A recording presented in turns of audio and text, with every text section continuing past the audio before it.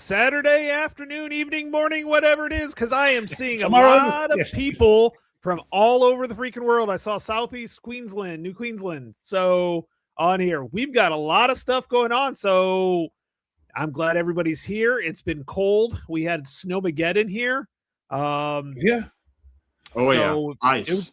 It's What's been that? Yep, it's been crazy. So Ruff, how's it going? I know you've actually got better weather than we do. So Well, it's been a bit like that. We've had a couple of sunny days. I'm getting fed up with the rain, but last couple of days have been bright, and it makes you feel better as well. Waking up and it's dark and overcast and everything.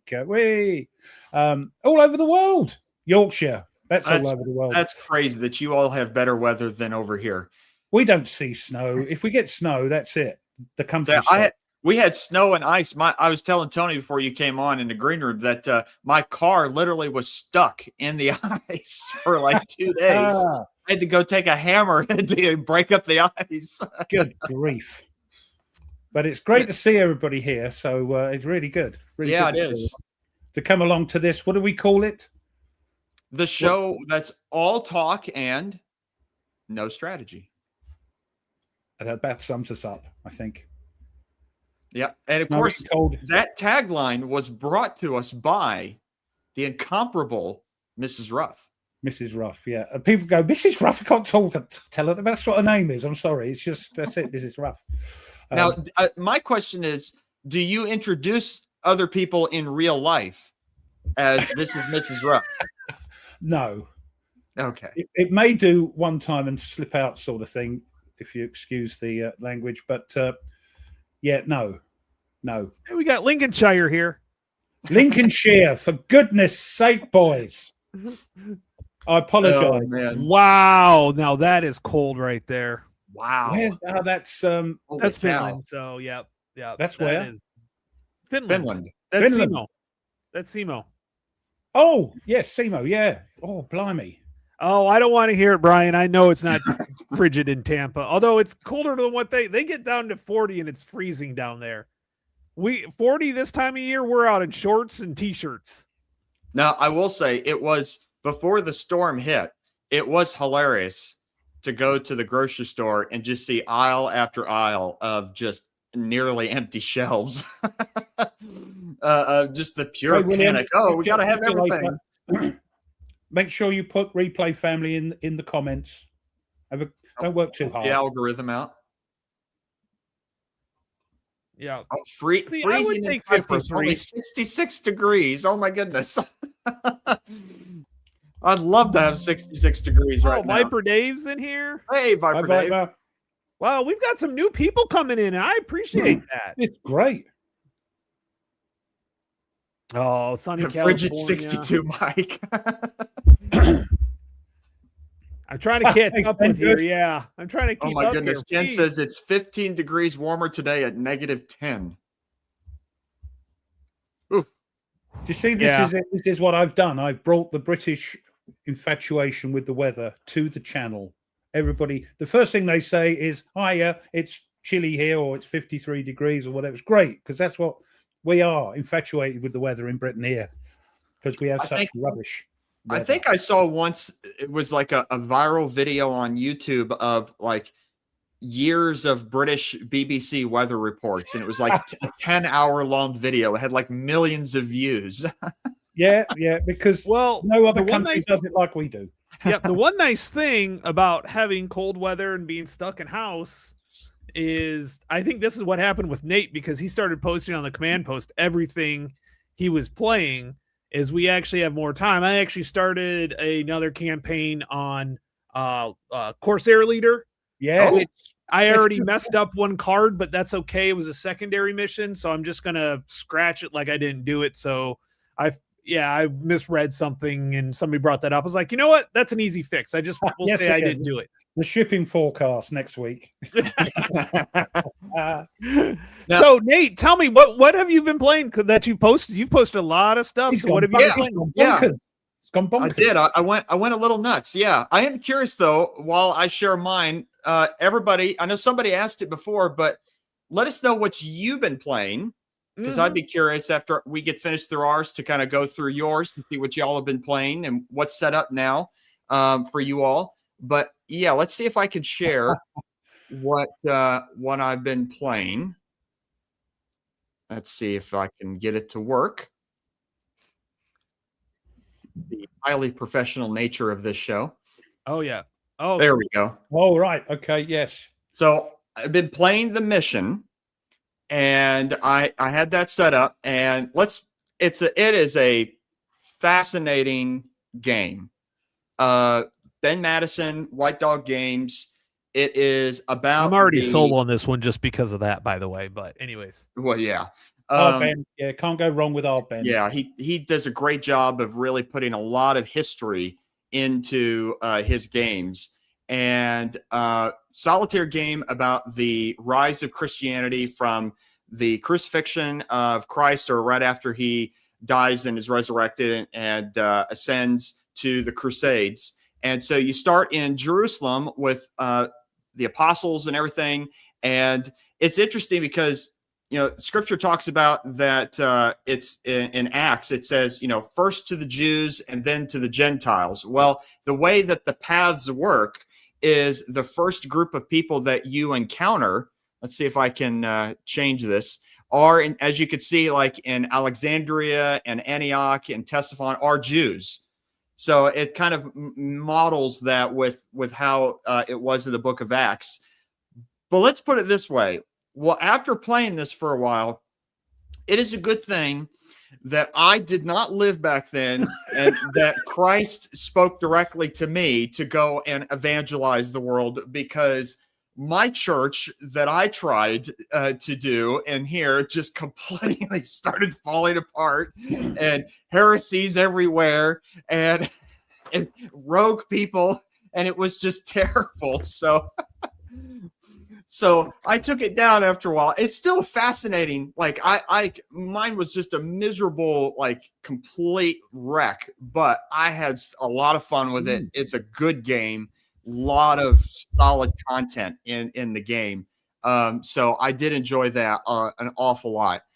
Afterwards, I went to Imperium Romanum, and I set up this is the second version, Imperium Romanum 2 from 1985, from West End Games, designed by designed by Al Nofi.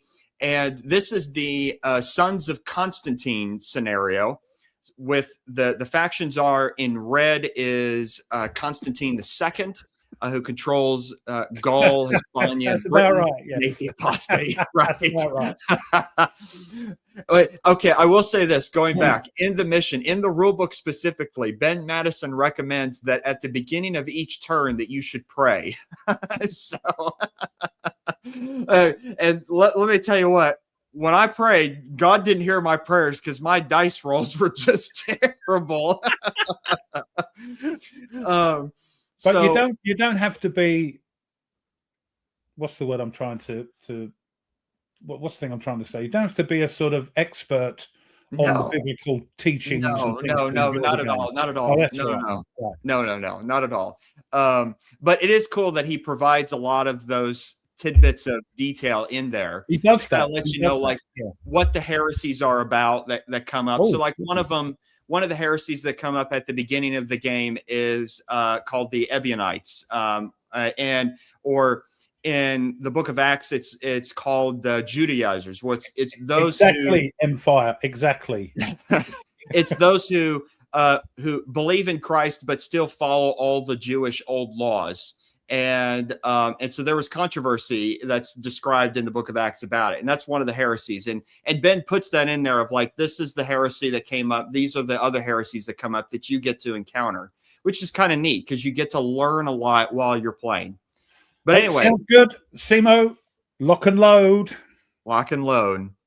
So back to Imperium Romanum. So yeah, the four side. Well, there's technically three. The Sons of Constantine. In red, Constantine II. In purple is Constans, who holds Rome and the central provinces. And then out in the east is Constantius II. And historically, Constantine II marched an army down to Italy and faced Constans in a battle, and Constantine II died. And so that was the end of him. 10 years later, Constantius, who held the East, the much richer East, got tired of his brother and sent an army over, and Constans died, and Constantius became the emperor of the whole thing for a little bit until he died. And so fascinating little game. Now, what I decided to do is apologize for me just going on, just because I'm geeking out here. You've got 2 hours. You got keep going. 2 hours geek out. Okay, so I decided to do was, okay, I'm going to look at the old version, but after I fiddled with this for a little bit, I then set up the new version, the latest version of Imperium Romanum, with the same scenario, and took the same picture, if I could, to kind of, what's the word I'm looking for? Compare them. I can't believe I forgot that word. All right, I'm getting old, I guess. And I tell you what, I much prefer this new version. I just think the map is a lot better. It's much easier to read. The counters are bigger. Instead of 1/2 inch, they're 5/8 inch. Nice. And they're thicker. The only problem with the third version is where in the second version, all the units are colored according to the different factions. Whereas in the third version, all the counters are the same color, and you differentiate them with the leader color on top of them or a control marker. So it can get slightly a little confusing depending on it, but good luck with that. Don't mess them up. I've never really had any problem with it. Too much free time? That's certainly not. No, I've been doing a lot of dissertation writing, but this has helped keep my motivation up, so to speak. I noticed, Nate, that there's a crease in the map. You're not using Plexi or well, the reason I didn't use Plexi on this, because the old click. Yes, because I didn't want me to pop up in the picture, So all those counters, all those counters and cubes are just for artistic value. Is that what you're saying? You sort of put them on to take the picture. I put them on there just to take the picture. Yes, and then I took them off and then put the Plexi on. Yeah, and then I'm not going to play without Plexi. So do you think they did the counter mix so that way they could just have a whole bunch of I'm assuming there's strength counters underneath? Is that kind of what it is? Yeah, more or less. So basically generic strength counters, and then you just have the leaders that are actually. Yeah, let's see if I can get a closer picture. Yeah, so how you're differentiating. Yes, it's a bit like GBOH. There's a lot of counters. Yes. Yeah. So like an example would be, you could see the legion that doesn't in the north at Colonia Agrippina that does not have a color on it whatsoever, but he is in a province that's controlled by that power. So I know like that's the purple player's units. But if there's any problem with it, I just take a control marker that has that color and put it on it so that it's a little bit easier. Yeah, there is a difference between the supply rules, because in the second version, each of the units have a stacking what's the term that's used? Stacking points. And the stacking points then determine in terms of the hex, the forage value of the hex, of how many units can actually forage in that hex based on the amount of stacking points. And here it's changed towards something called legionary equivalence, and you find out how many are in an army or in a force or whatever, and then you roll on a chart to see how many forage points you're going to get per province. So I think the third version does it better than the second version. You can maintain a larger force as opposed to having multiple, little bitty stacks everywhere. There's a lot of videos on YouTube of people playing the second version. I think Callendale playing the second version, where there's just little stacks everywhere to keep them within the stacking limits of the forage supply limits. And it's I love just Callendale. He just plays the rule. He doesn't look for errata. He just plays the yeah. rules as they're written. He's like, if this is the way they gave it to Oh, me, yeah. I'm not going to print anything else off. Yeah. Or he plays it the way he just interprets it. Which Well, is, yeah, that's true. Good. I tell you what, And, there's a little bit of tweezer talk coming on. You think tweezer? No, these are tweezers. Wayne Hansen, I've got them as well.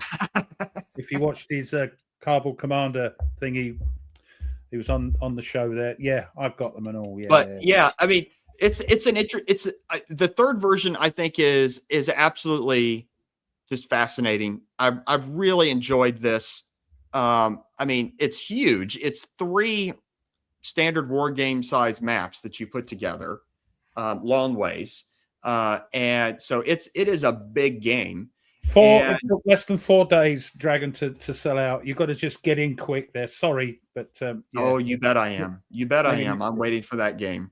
That and Thunderbolt. But anyway, that's enough of me geeking out on it. Okay, so I want to kind of go back to and I started this so I could put it up. So it's interesting. I'm seeing a couple different things. And what's interesting, and I agree with this. This is one of the hardest parts of GBOH, playing it live. Playing it on Vassal's not a big deal because there's not counters. But trying to figure out, I think Stuka Joe came up with some other things to kind of help you know which counter it is, where its strength points at. They're like these little round counters. But this is actually not a bad idea, and I know there's a lot of Civil War games that use this idea to track losses on particular regiments. Like stronger units have more boxes. So I thought this was a great idea. Yeah. But also I'm seeing things like he's got these colored counter frames he got on Etsy, and it helps tell the platoon. So you pick a color for the particular platoons, and then you put the counter in it so you know what platoon it's part of. So you don't have to look on the counter. And I think it's interesting because I kind of find that the hobby, organizing the hobby, is a hobby of itself. I mean, we've got flying colors is the same. Yeah. Oh yeah. Well, yeah, I'm sorry, Ralph. They're probably red and green, but you know. You might as well call it Newt and Newt. You know, it's what color is that? Newt. Yeah, the only problem, you have to kind of like sand those tweezers down because they're so freaking sharp they'll scratch the plastic, or if you don't use plexi, they could scratch up the maps and things like that. Yeah, or they put these little rubber things on that you heat shrink onto the end of the tweezers. Oh yeah, that can do. Yeah, I was gonna say we have our buddy Nerd Workshop that creates all these neat files for storage and stuff like that. Heck, I even got on Etsy and bought some of the. If you watch my playthrough for what am I thinking? Corsair Leader, I have the little card holders that somebody made where you can put all the little chits inside of it and stuff like that. Use it for Warfighter as well, don't you? Those. Yes, that's what he did. He made the round for GBOH that you place underneath the units, and they're actually like patterned or colored, or and then so when you flip it, it's solid on one color, and then when you flip it over, it's lined, so you know, you have the color coordinated. Yeah, that's what I thought. I thought he did that. I think Stuka, though, he hasn't thought of me. He's using earth colors, which are waste of time, Stuke. I'm joking. Yeah, you could put them on like little patterns and stuff. But no, I always thought those were cool. I thought when Stuka did that, they were awesome. Yeah. And I bought a whole bunch of different stuff. And so I'm starting to use some of the stuff that I bought because I thought those ideas were really, really cool. So, yeah. We like to bling, if that's the right word for it, just to make things easier. Yeah, like it's fun to deluxify your own games. Yeah. And if it makes it easier to play, or one of those things that makes it more convenient and to understand things, I'm okay with that because because of the different order there. Yeah. But the green one doesn't look green to me. It looks like a sort of fuzzy white. So there you go. But I know what it is. I haven't killed anybody yet in a car. So yet. But yeah, no, that's the command cards in BCS are almost a must. Yeah. almost a must because I've heard there are that. so many like situational counters that you have to have with BCS. I agree with that. I say they did that with Flying Colors. They've got a sheet that you can tick off, but that's just as bad. Yeah. Or the printed out ships that you can put everything on. Yep, and then Wing Leader has those things on the side as well. Yeah. When Tweez did his videos, he actually just cut them out and put them out there. So like on the board. Oh, hey, Mark. Mark Hermit's here. Oh, hey, Mark. Mark, how's it going?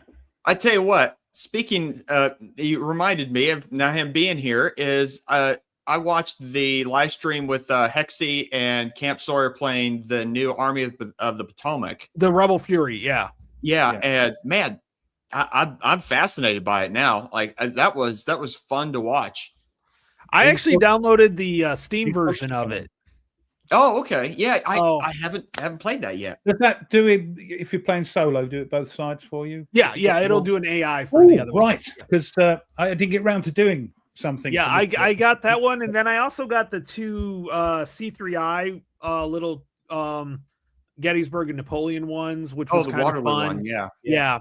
And then I also other than Corsair Leader, I've been playing around with. I finally got back to Absolute War, which I'm absolutely I like it, but it's definitely not a solo game. I was telling Nate before, I'm learning it, but there's so much kind of fun stuff like that is two-handed that I'm going to play a couple more turns just so I really have a good feel for it, but I'm going to have to find something. So that might be something me and Nate put on.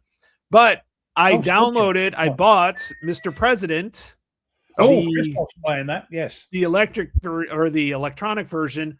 And I'm like, oh, this is so much better than setting it up. I feel so bad. I'm like, this is so much better. So do you have to have a 50 inch bloody monitor to play it though? No, not really. It zooms it. Nope. It's pretty good. All right, I'll have to look at that.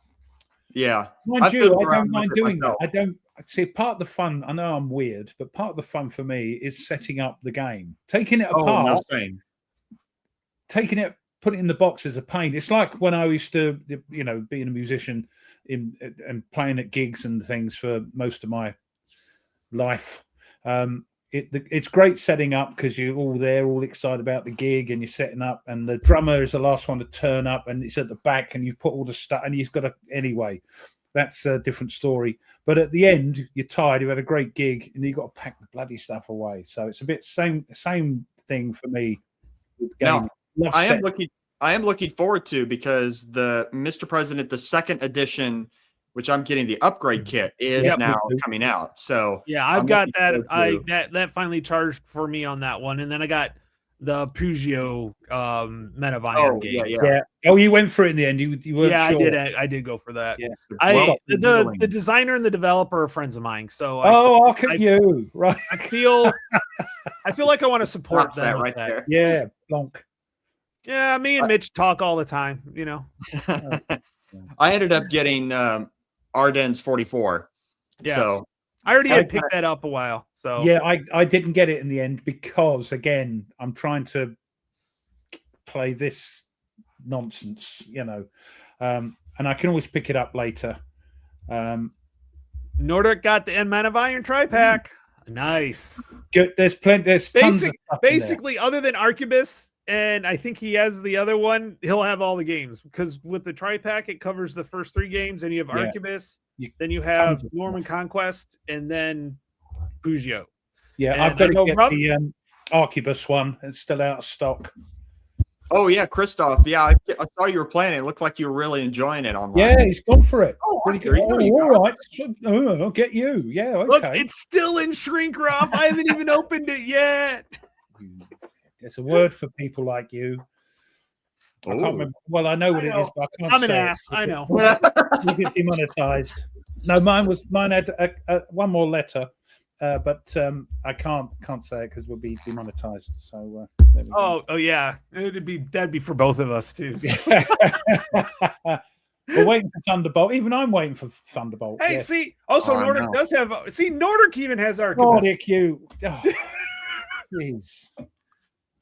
What's the matter with you guys? I definitely when a game comes. Oh, Mark, that's interesting. That's interesting. When a game comes, I'm breaking the shrink. My problem is now I'm going to open that up and there's going to be a misprint or something like that. That was my problem. I did that once. That's the reason. Yep. So. Of course, time you open it, they go, "Oh, it's sold out. Sorry, it's out of stock." And then you're trying to make counters, and that's just never successful. I quite like doing that. Get some nice card and printing it out, and then I stick it on, and then spraying them with varnish. Yeah, I have no idea how to make counters. I'd love to know. Never do the front and back and stick them together because they never match up. Always do the front, cut it, then print the back out, and then stick them on the back. Actually, I found a way to do that, to actually do the two sides. Because, if you just do file to file, it works out. But if you actually cut like one corner and then the opposite corner, you can actually, it's set up the same way, which is kind of nice. But it still gets a little tricky. I've had a few that didn't quite get I've done it once too often to now, know that just do one side at a time, Yeah, okay, I'm waiting for that too. I have a question for both of you. So since both of you are more tactical people than me, what do you think? What do you think of old school tactical? I'd love to try it. I haven't got it. It's different enough that I really like it. So there you go. My problem is when it comes to tactical games, I want something different. Okay, so so many people like ATS and ASL, they're different, but a lot of it's the same. Yeah, you have a counter, you have 3 numbers, you roll, one's a D10, one's a 2D6, and people are going to throttle me for saying that. But generally speaking, well, it's the reason. So Ray that does ATS actually got sued by Hasbro for some of the stuff. Okay. So, and then, but he also won a couple. So now there's a whole bunch of third-party ASL stuff. So it's kind of one of those. It was, yeah. But and ATS is not like it, but it is in the sense that you're rolling dice and you're looking at a result table. It also looks very similar as well, doesn't it? Yeah, they do look very similar. You could switch out maps, no problem. Matter of fact, Ray does both his modules, one in ATS and one in ASL. So that's that. So that's why it is the same. But this is different because you're looking at differentials, pluses and minuses on differentials. So there's combat, there's like an attack strength and defense strength. And you take the one guy's attack strength, you take the defense strength, and then you max, and then there's a differential, and then you roll on that combat system, combat chart, and it's not just pure strength points. Okay. Also, what I like about it is like you get 2 activations you have a limited number of activations anyways, but you can activate a unit twice. So you can move them, and then if you're still, you can use activation points then to fire with them. So like all the other games, you just move or fire. This you can actually move and fire, or move. I think you can move twice. And I think you can definitely fire twice. Maybe you can only move once, but you get to activate them twice. Okay. So yeah. I really, the one thing that has me like that. Well, let's put it this way. Like the one thing that got me slightly interested in exploring old school tactical was just the way that the maps and the counters look, like the artwork, like it looks cool to me. And even I saw VUCA has done the modern tactics now, which it's the same system in modern tactical stuff with Afghanistan. And that one looked really cool as well. So I don't know. I mean, I saw Mike, you mentioned this cat. He weighs a ton. This is the other cat we got, not the ginger one. This is Ziggy. Look at the size of him. Fat bugger. Mainly because in most games you can only activate them once, and so like if you actually do an operation op fire, they can't do anything else. They're done. The unit's done. So yeah, I know he's taking the Mickey out of it, but yeah. See, like I know Mike mentions Assault Sicily, which does look cool, but for me, the Sicily and Italian campaigns doesn't really grab me as much as like Eastern Front or Western Front, something like that. I think they've got that in the mix, if I remember right. And Mike probably will mention it, but I think they have other areas in the mix. Oh, okay. Yeah, I will say the artwork and the counters are nice. Also, they're pre-rounded.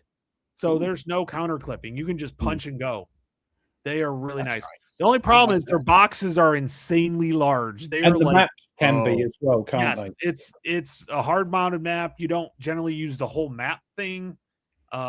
Is it like the Most Fearful Sacrifice, the massive box on the map? Okay. Yeah, it's the same size as the Most Fearful Sacrifice. They are. Okay. Yeah. Mhm. Oh, okay. Yep.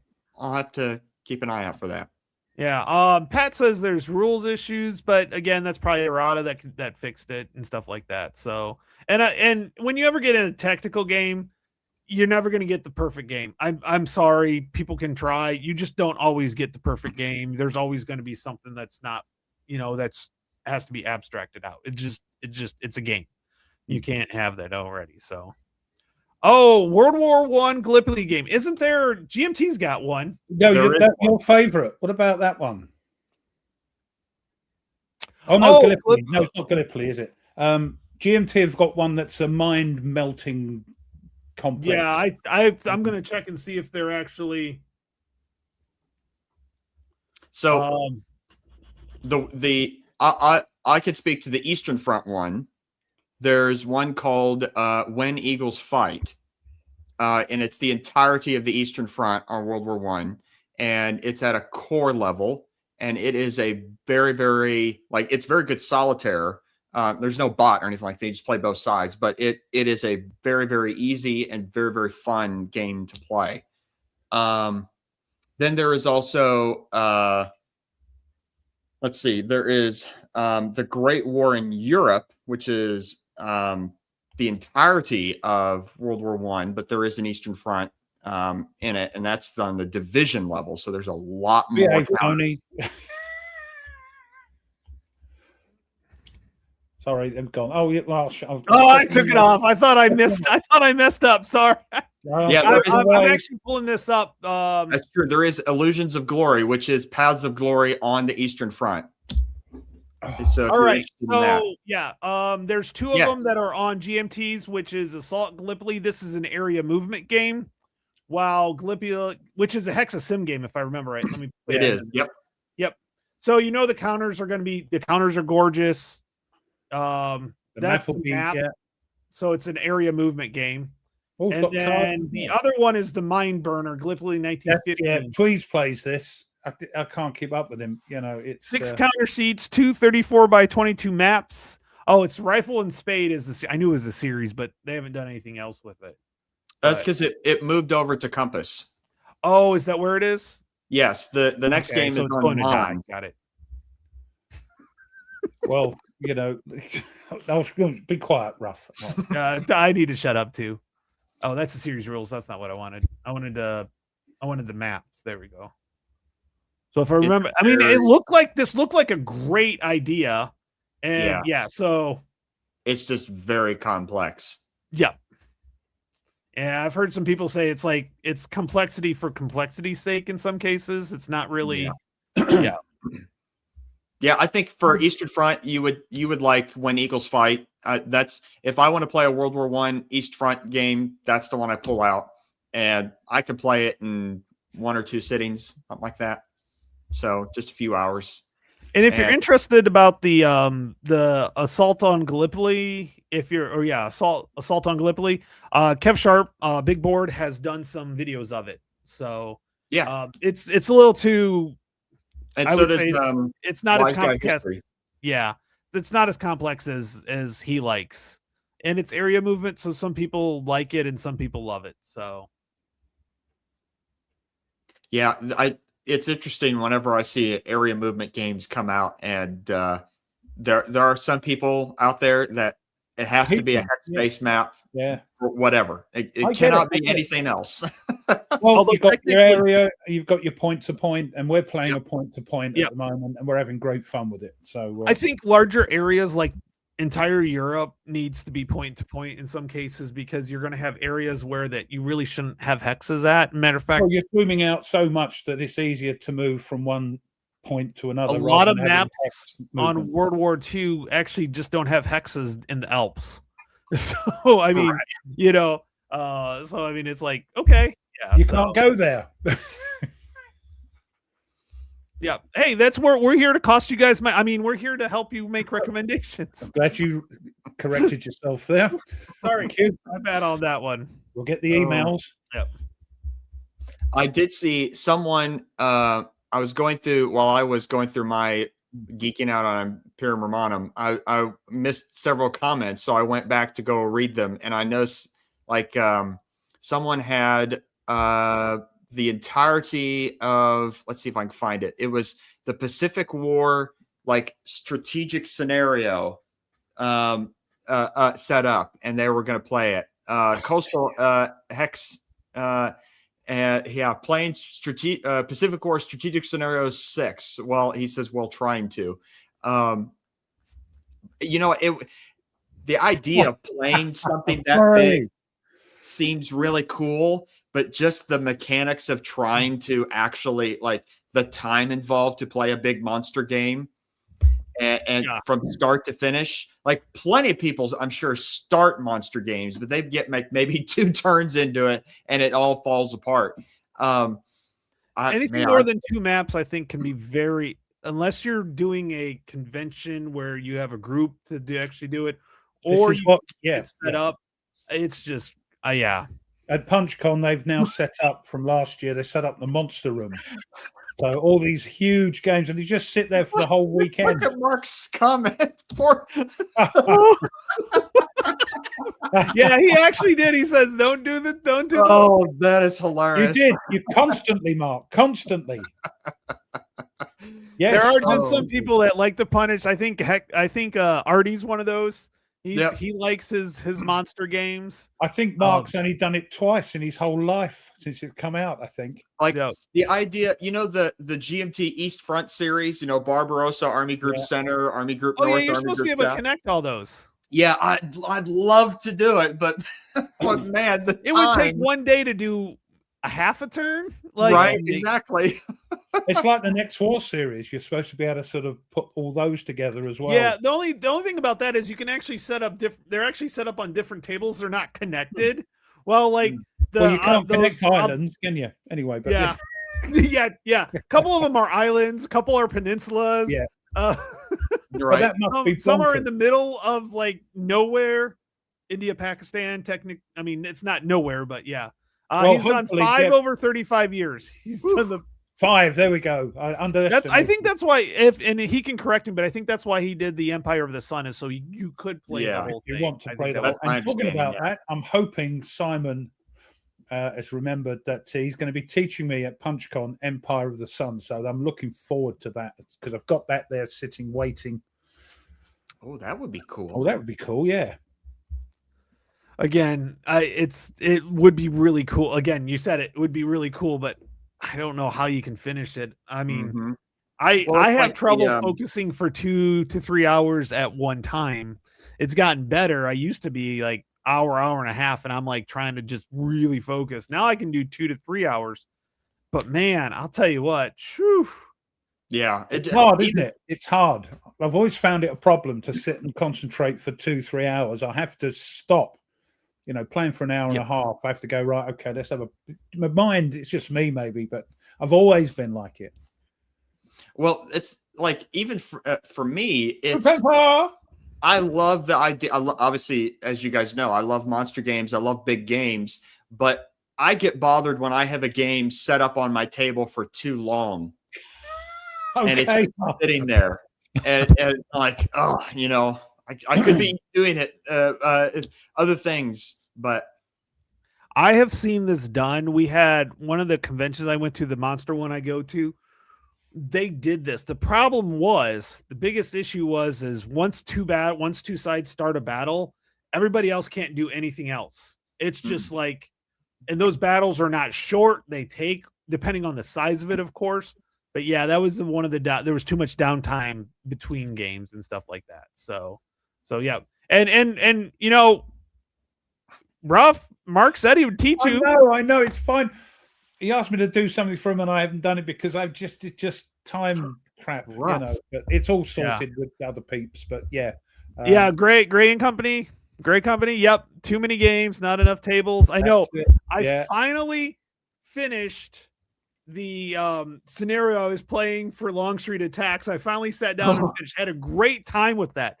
That series is phenomenal. It's so much fun, and it came down to the last turn actually, and one farm. Which, from what I've heard and read, that happens with that scenario all the time. It can the scenario goes by whoever controls that one. So I thought that was pretty good. Yeah, that is cool. Ruff, what are you playing? We haven't even got. We're 1 minutes, and I have not even got a chance to say. Oh, you're not playing anything. Okay, I got you. What? So what you got? What you got for us, Ruff? Chat. See what I have to put up with. They pick on old Ruff again. Oh, bless his heart. Yes, I know. Yes. Don't throw your toys out the pram. Well, I'll tell you what. Mark knows this because he designed it, so it does. Like, I believe it doesn't take you that long. I mean, the one thing is the rules are not that it's what do you do? That's where I can teach you the rules in 15 minutes, but guess what? That doesn't always help you with the game. Yes. So, yep. Anyway, what I've been playing still is bloody Tokyo Express, but I'm using the standard rules, and my goodness, I don't know if it's my age or whatever, but there's a lot of stuff in there to remember. So I'm taking it gently. Things like, if the Japanese have spied the Americans, who they attack, there's a procedure for that. And if they do 2 salvos or 1 salvo, they don't attack destroyers if they're too far off. It's like things to remember. Whereas it's quite funny because there's all these rules for the Japanese, what they can fire at, what they can torpedo. And for the Americans, it said, do what you want. So it's quite in there. You don't have to worry about the Americans. They just fire whatever because you're controlling them. You fire whatever you want. There's no sort of real rules really for the US. But yeah, cracking game. But it's taken me a bit of a while. It's one of the most complex for me on my own without people around me to help me to get to grips with. But thoroughly enjoying it. So when it's ready, it'll be on the channel. But I don't want to put it on there yet. Well, yeah, I don't want to put it on there and can make a complete pig's ear of it, as we say. But yeah, that's what I'm enjoying at the moment. Also did a bit more painting for Nemesis because I want to. I've got them all, the Nemesis, but I want to play the first one and build up. Same with Hexplore it. I want to do the first one and build up. Yeah, that you can combine. There's 5 in the series. You can combine the lot. Combine different bits and make it into a monster game.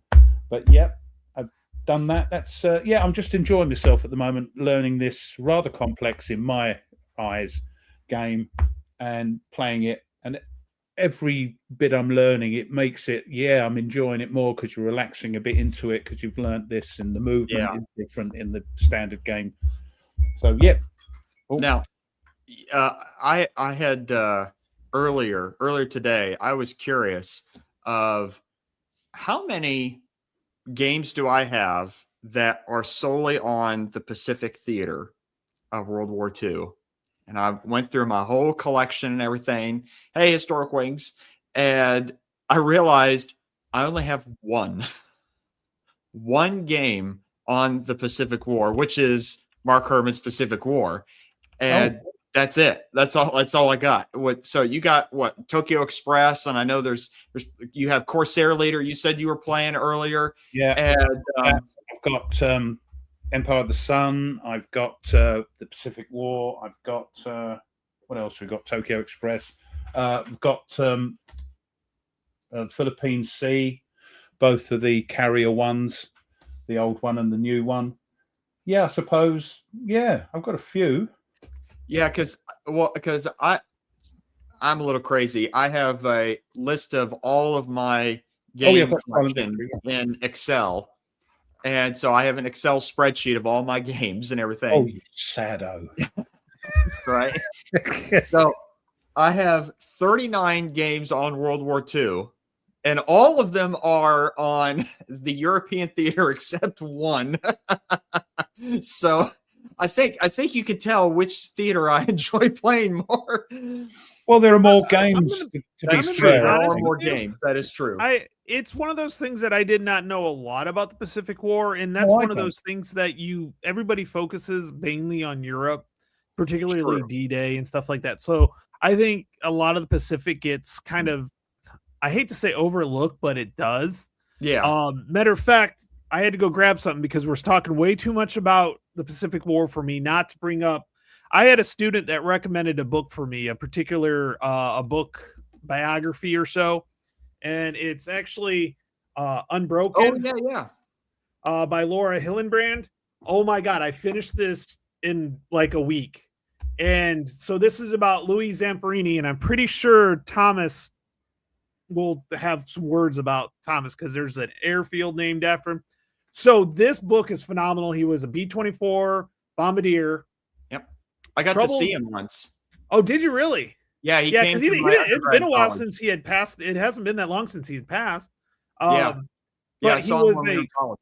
yeah, we were in World War II. He was a World War II B-22 bombardier. They were out searching for a down pilot, and then he crashes. Survives 47 days on a raft, which I think is world record still. And it goes through he was captured by the Japanese. It goes through everything, including what happened after he got back, which happened to a lot of POWs. And it was just horrible, but it's an absolutely phenomenal book. I could not stop reading it. I literally decided one day, okay, I'm going to read 100 pages because I've never done that in one day. I think I did 120 pages because it's just that good. She writes really, really well. Good. Yeah. She also wrote, if you're a horse racing fan, she also wrote Secretariat. She was the one that wrote Secretariat. So I didn't know that. Yeah. Oh, I just remembered. I've got Seabiscuit, not Secretariat, Seabiscuit. Sorry, Seabiscuit. Oh, she wrote Seabiscuit. She wrote Seabiscuit. Yep. Mm-hmm. Yep. I've got D-Days. Highly recommend. I'm stealing as well. I'm stealing Nate's thunder on this. He's probably got another book, but I could not stop and not recommend this book very highly. It's very inspirational, and it's make me want to learn more about the Pacific. Actually, I've really been. I want to learn about more of the stuff that I didn't. So Sicily, Italy, and then the Pacific. There's a lot in the Pacific, considering both my grandparents were in the Navy. Both my grandfathers were in the Navy in the Pacific. One was a PT, not a PT boat, minesweeper. Yeah. And the other was a landing craft driver. So that's cool. Yeah, he was the landing craft driver. He was in his 40s. He was almost dad to some of these kids. He was almost old enough to be dad. So he did a war. The other one lost his finger cleaning the main deck gun. Lost his ring finger, his marriage finger. Wow. Cleaning the deck gun. Yeah. That's one way to get rid of them, I suppose. Yeah. Married? No, what are you talking about? Well, that's the other thing I like, and it's not, there aren't, as far as I'm aware, I could be wrong, you could prove me wrong, is that, the Brits and the Commonwealth were there in the Pacific as well. So there's that one. Oh, yeah. Oh, yeah. I've heard of that game. That's, us lot and the Commonwealth. But yeah, I mean, I just remember the D-Day. I got the 3 D-Days. Tarawa, well, 2 of them, Tarawa and Peleliu. You have Corsair Leader and Zero Leader. Oh, yeah, I've got those. Yeah. So I've got quite a few. Empire Pacific. I find the Pacific side of the World War II to be very fascinating, especially because I like naval stuff a lot. And I'm really interested in like carrier warfare. So that was one of the reasons why I picked up Pacific War, because it's more operational rather than just the big campaign of like Empire of the Sun. I wanted to actually send out planes and search and things like that. Carrier, the original and the Philippine Sea ones are operational, but it's solo. That's true. But they're solo. Solitaire, rather. Yeah. I'll need to look into those. Again, crunchy games. Yeah, I've got quite a few. I didn't realize. Which is on this side, I do have some, but I know I have some in the other room. But I'm just looking. Oh, look at you, Mr. Two-Room Tony. Yes. I've good. actually got another room that's got my Flat top. I've heard Flat Top. I'd love to play it, but it's Flat top. Yeah, I've heard so much about that game. double blind. That's the only problem. Mm-hmm. It's a convention game, or if you've got friends, unlike me. Because I pay you two monthly to say you're associated with us. So Task Force is great. Yes, I've got that as well. But again, you have to heavily house rule it, and I started to do that because again, there's Christoph likes the Philippine Sea one. Yeah.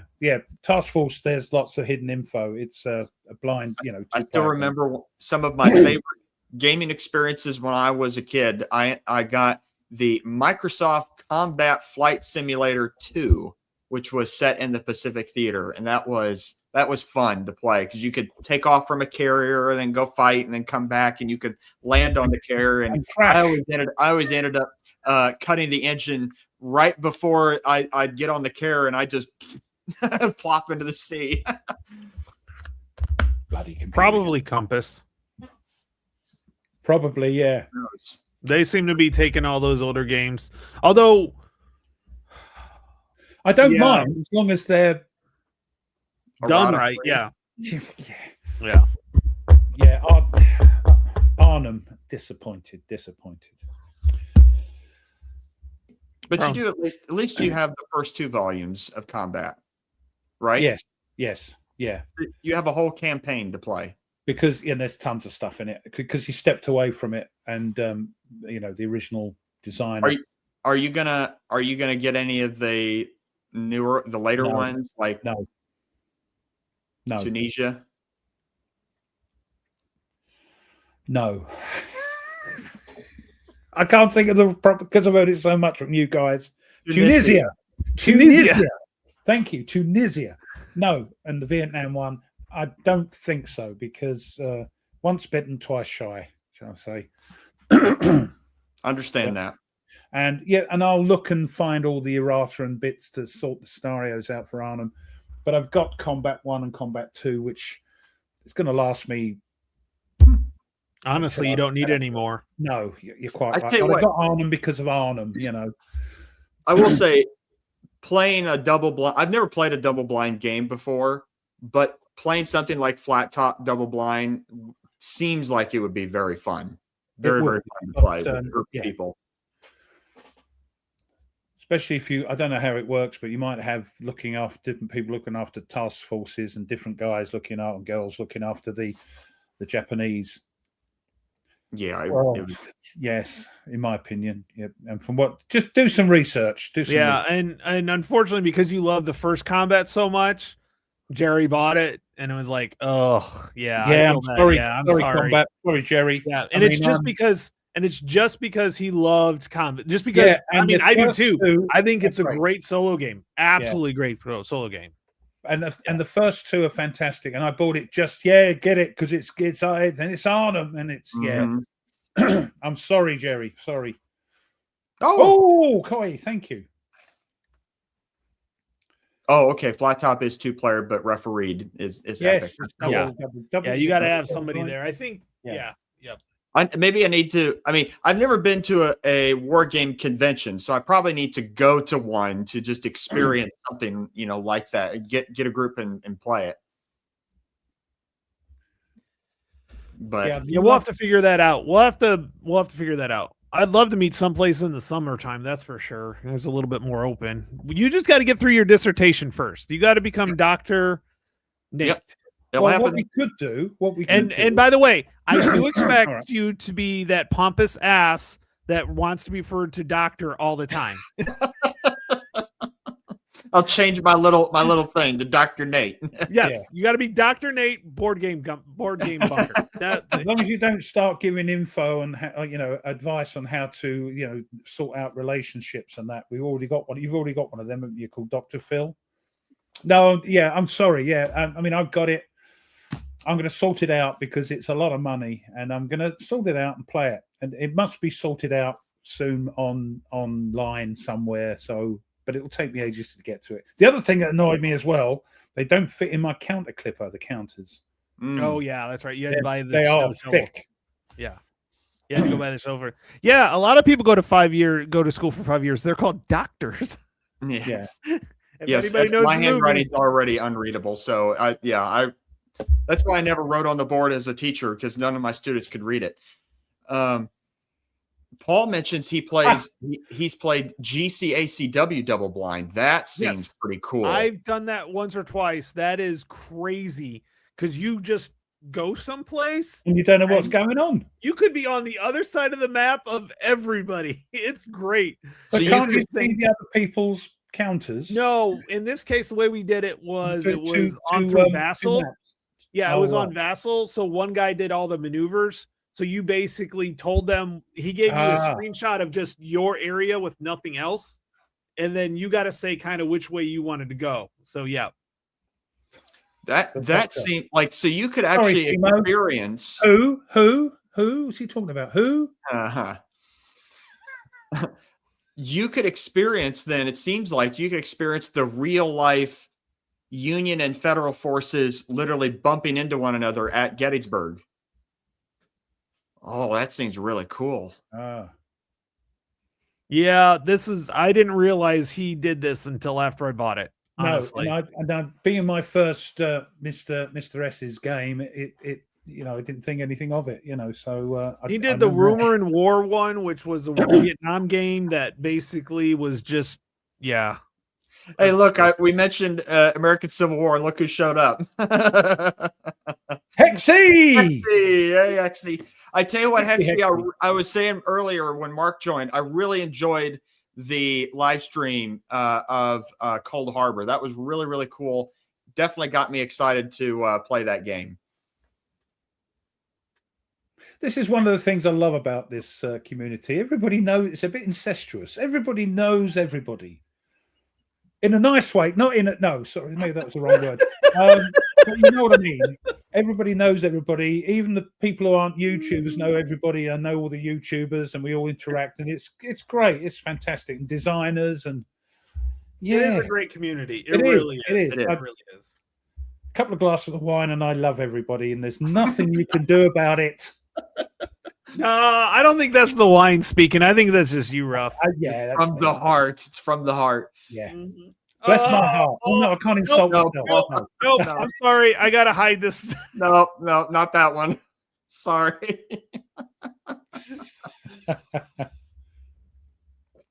Oh, yeah. I like so I've not played. No, let me take that back. I have played GCACW. I've played Hood Strikes North. You've got them all now, haven't you? I do. I have all the old Avalon Hill ones and the Hood Strike North from MMP. None of the like new reprints kind of thing.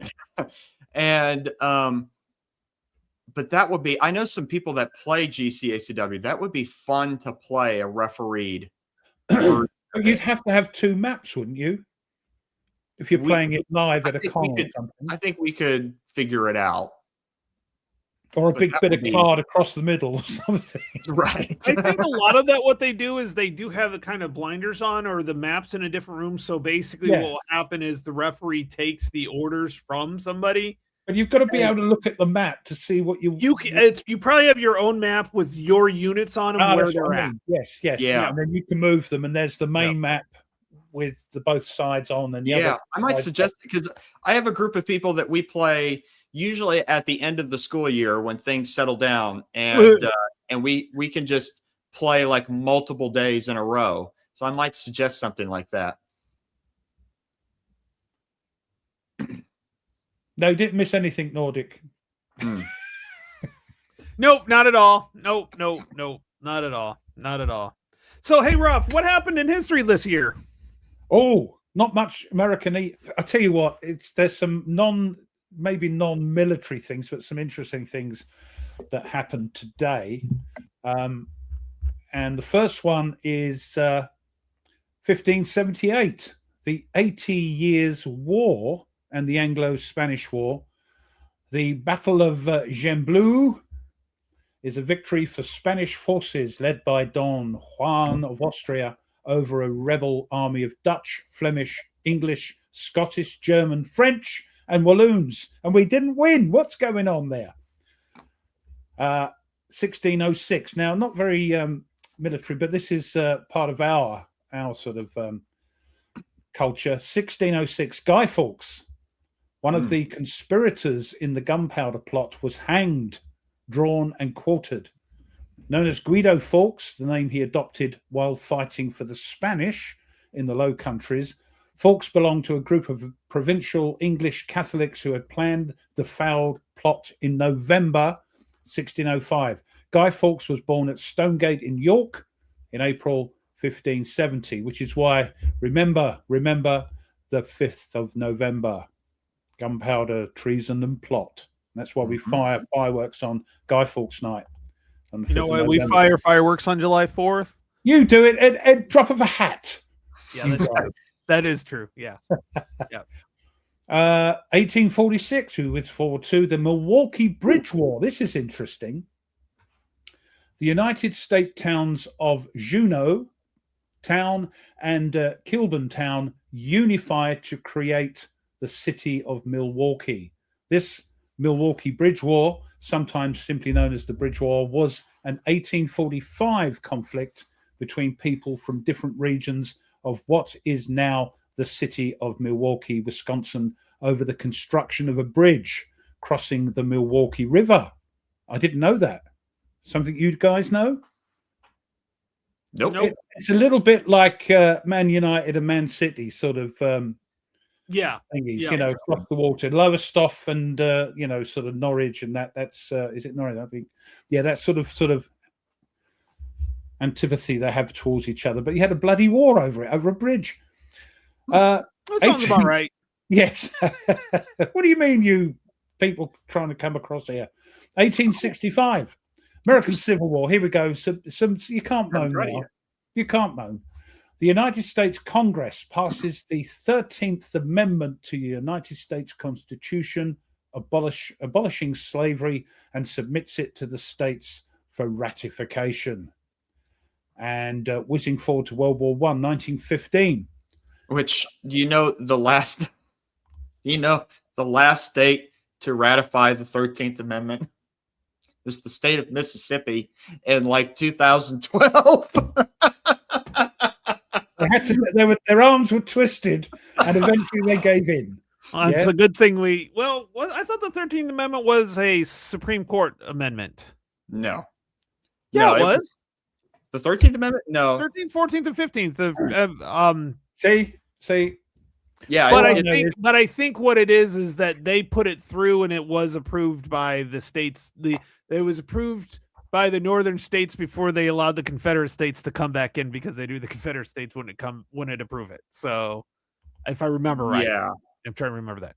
Oh, that's okay. The thing is, the thing I remember, we did. You got so upset. You were like, "I'm out." No. You may have noticed I'm not puffing anymore. Or you might not have noticed on my old vapey things. It's the 11th. I'm sticking stuff under my gum now to get that hit that I need, some nicotine pouches. So that's why you don't want to see me trying to stick something under my... Anyway. The only thing is about your 13th Amendment, blah, blah, blah. We did it 30 years earlier. So moving on. Yes, you did. I'm yes, 100%. You were right about that. 1915. World War I. Germany is the first to make large-scale use of poison gas in warfare in the Battle of Bourlamauf against Russia. Man, I would totally would have messed that up. What messed what up? The wording that you just whatever word. I have a pronunciation. What do they call it? Phonetically. Phonetic, yes, because of Nate pulling me up on it all the time. He loves it. He's waiting. It's wonderful pronunciation of Appomattox, which is Appomattox. Yeah, because I don't live there. But anyway, so he's done it more than once. So I get phonetic Dewberry Wass names, and just to do that again, I still remember when that happened. I'm like, huh? What? Yeah. Are you meaning this? That's yeah. I meant that, Nate. Yes, and Bourlamauf in Russia. So 1918, First World War. Well, it's not. It's the Finnish Civil War. Okay. The Svinula massacre, which changes the nature of the war in a more hostile direction, takes place in Kangasala. Good grief. And then there's a coin game on that, on the Finnish Civil War. Yes, Allbridge is burning. That's the one. I've got it wrong. 1917. I've put it in the wrong order, but it doesn't matter. Nobody died. As World War I raged, Germany announced that submarine warfare would resume the next day following a 2-year break. Rotters. And then whiz forward to the other one, World War II, 1942. Allied forces are defeated by the Japanese at the Battle of Malaya and retreat to Singapore. 43. World War II, German Field Marshal Friedrich Paulus surrenders to the Soviets at Stalingrad, followed 2 days later by the remainder of his 6th Army, ending one of war's fiercest battles. And at the end, 45, the end of fighting in the Battle of Hill 170 during the Burma campaign, in which British 3 Commando Brigade repulsed a Japanese counterattack, go on boys, on their position and precipitated a general retirement from the Arakan Peninsula. And just to finish off, 1970, retired the Convair B-58 Hustler. Everybody get your magnifying glasses Oh, out. it's so sad. Okay. Lean into the screen. The Convair, a bit of info on it. The Convair, it's a beautiful looking thing. You guys know how to build cracking planes. Convair B-58. Oh my gosh, the Americans. Oh my gosh. Always said that. The Convair B-58 Hustler is a supersonic strategic bomber, the first capable of Mach 2 flight, designed and produced by American aircraft manufacturer Convair, a division of General Dynamics. The B-58 was developed during the 50s and first flew in March 1960 for the United States Air Force and the Strategic Air Command. And let me just show you a picture of that because it's a beautiful thing. Hold on, we've got the right thing there. That was a good movie. Share screen. Oh, it's all going. Look at that. Look at that. Isn't that a beautiful thing?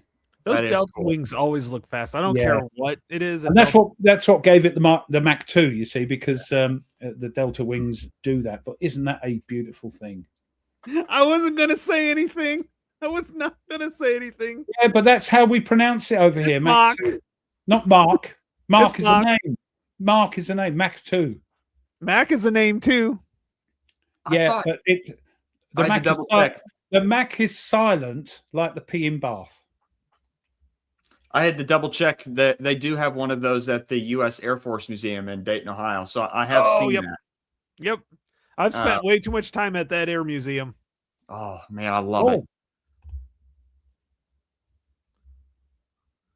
Oh, it just flew off, did it? Interesting. Huh. Yeah, it is. Okay. Look, stop taking the piss. Stop it. I have enough with this one down here. Stop it. There we go. That's it. Okay, so yeah, it is. This is the same shape as a paper airplane. It is. It's fantastic. It does look lovely, though. Give you guys, the credit. You built some beautiful things. So I have for my book today. Oh God! You know what that is? If you don't know what that is, yep, that's. I'm not gonna look up what ESL is for English as a second language. Yep, that's you guys. Don't forget it. That's funny. Us teachers get that a lot. Like we get that one. Like that's funny right there. Yep. Oh, all right. So what you got for us, Nate? My book today is it was a book I did not know was out there when I was in grad school for my master's in history. I had a World War II class. And it was a fascinating class. Prof had us read so many books, and one of them, well, all of them I've kept. They were all fantastic, but one of them I went into the book thinking this is going to be boring, it's going to be horrible, and instead, man, I was just locked in the whole time. It's just fascinating. It is called War Without Mercy: Race and Power in the Pacific War by John W. Dower, excuse me. So for somebody that hasn't got a lot of Pacific games, you've got a heck of a lot of books. I do. Weird. And fascinating book on looking at not so much like the military side, the operational side, the whole campaign of the Pacific Theater, but more looking at how both sides viewed each other and how both sides propagandized about each other throughout the entire war. So part of it is that he includes, like different images that appeared. Some of them you can't, I won't show on screen. But some of them, cartoons that appeared in Japanese newspapers. Some of them appeared in American newspapers. And looking at specifically how both sides saw one another that then affected part of the campaign. So an example would be in look, stop it. All right. I speak proper. You guys have a sort of bastardized example would be sorry, we were interrupted you. You're fine. Example would be I know Nordic. I will get that to you. The example would be of how both sides saw one another and how it affected the campaign is like, for instance, in Saipan, where when the Americans were on Saipan, the Japanese had convinced the civilians that were on Saipan that the Americans were going to murder them all, they were going to rape them all and everything, and that the only thing that they could do basically is to either commit suicide or to just attack the Americans wherever they were at. So there are accounts of Americans on Saipan just shocked that these civilians that they're trying to help is actually attacking them. And part of that has to do with how the Japanese successfully propagandized. Like propaganda is a great weapon. Yeah, and changed how they perceived of the invading Americans as they aren't the liberators. They're here to destroy you. So it's fascinating going through each of these. Part of the problem, though, that he actually encounters is that a ton of Japanese records are just gone. Mm-hmm. They burnt them after the war. Mm-hmm. And so it took a lot of effort to go through and find what he did. So yeah.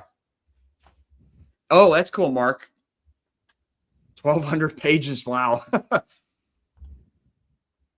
That is cool. I'll have to check that out. Also, I think was it Saipan where they literally watched the civilians jump off the end of the island? Was that where it was when they realized it was one of those islands? I can't remember which one it was, but the Navy. Are you thinking of Iwo Jima with Mount Suribachi at one end of the island? Might have been Iwo Jima, but it was one of those ones that Cold basically was like, this is not. It was Okinawa. Yeah.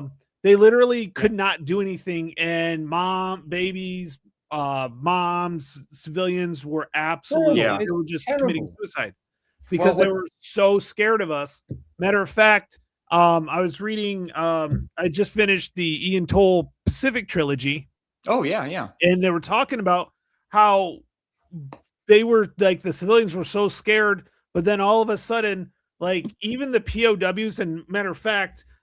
They talk about it in this book that even the POWs at the end of the war, when they were being airdropped, the prisoners were being airdropped food. They were giving it to the civilians, and the civilians they literally went and hid when it was announced that the war was over, and they finally started coming back, and they're like, well, these guys aren't hurting us. Like they were so believed that they were going to all just go away. Yeah.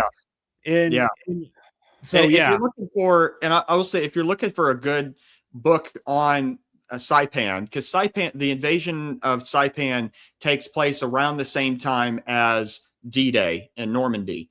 So it's kind of interesting to compare both of them. This book, D-Day in the Pacific by Harold Goldberg, is about the Battle of Saipan. that it's going on at the same time. And you kind of see this comparison between that.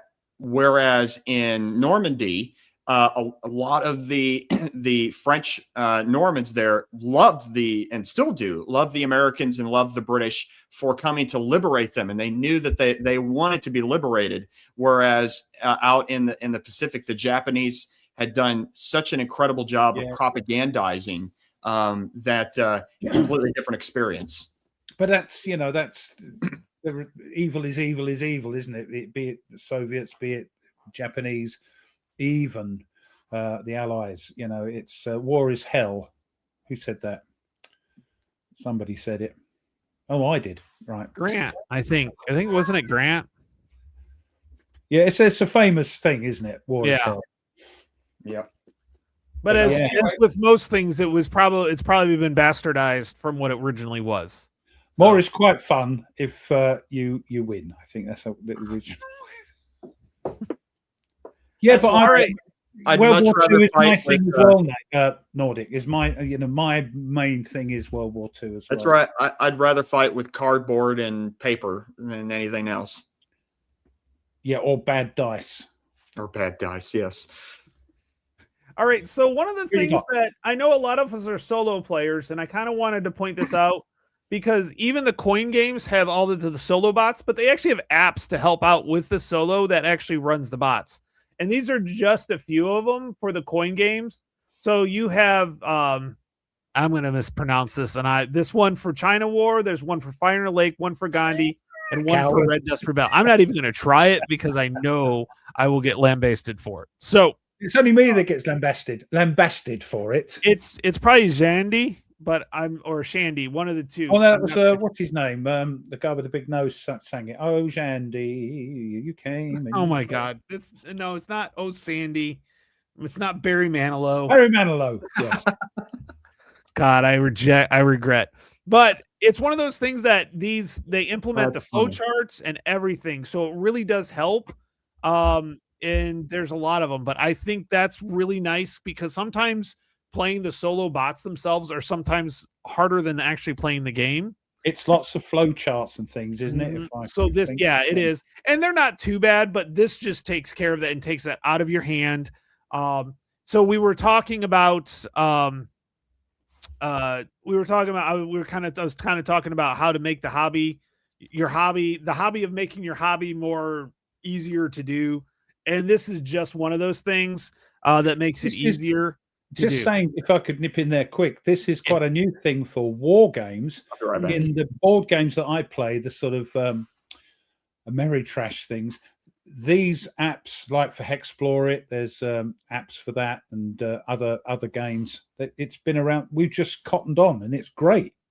It's great that they're doing that. The nice thing is the Ameritrash and Euro games have failed at it miserably and learned how to fix it.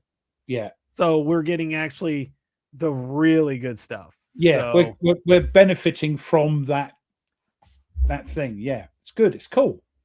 So it looks like there's some other stuff coming up, which will be interesting. Equip playing, but not serious, not Junta. Game about historical coups, revolution, and the tensions around regime change. A new coin multi-pack. And a new game to the Hero. Yeah, that's one of those mini like we got with the. I like those because it's like you can play them quickly and stuff like that. Army of Potomac has the 7 days battle solo. Oh, nice. Oh yeah, I remember talking about that. Yep. Yeah. Yep. Counter-Strike. Yes, I got a little money from Christmas that I still have. He's trying to promote his thing here. Look, he's doing. He doesn't make money off of it. It's free. I'm joking. It's funny. God. I would ban him if he was trying to make money off of our stream. I wouldn't care if he made money off of it. Actually, I wouldn't laugh. No, what he's doing is, honestly, the stuff he does makes it easier to organize and set up the games. That's the key thing. It's a labor of love with Nerdy. I tell you, I'm joking about it, but he's doing great stuff. I haven't got one iota of an understanding about 3D printing. So the best-selling games from last year, listed from top left to bottom right, from January 1st, 2025 to December 31st, 2025. It doesn't surprise me. Fields of Fire.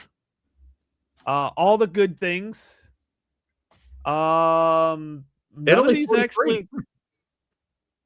actually don't surprise me. That they were the best selling game. Why is Fields of Fire mentioned twice? One's the update kit. Ah, right. So, yep. All right, that's that. But like, if we can make our hobby a little bit easier, and like what we kind of talked about, one of the reasons with like, and I do love setting games up. I hate taking them down. I 100% agree with you. I love setting them up. Gotcha. Other than with taking them down, you can just start throwing them in piles and then into the. The next time you get out and you what idiot put this game away last time?